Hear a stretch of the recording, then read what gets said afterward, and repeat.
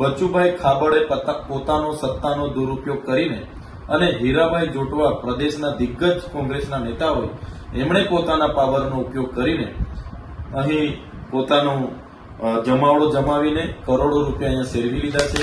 ત્યારે આ કામોની આજે પણ તપાસ કરવામાં આવે તો કામો સ્થળ પર થયા નથી।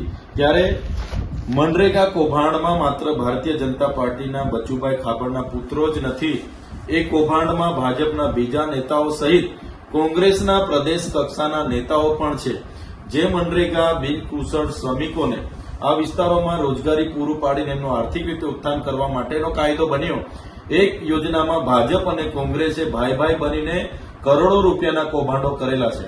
આ હીરા જોટવા પ્રદેશ કક્ષાના કોંગ્રેસના દિગ્ગજ નેતાએ ભરૂચ, નર્મદા, છોટાઉદેપુર, દાહોદ સહિતની તમામ વિસ્તારોમાં પોતાના અલગ અલગ નામની એજન્સીઓ રાખીને કરોડો રૂપિયા પોતે ઘરે બેસીને ખંખેરી લીધા છે અને આજે આખી કોંગ્રેસ પાર્ટી ચલાવી રહ્યા છે।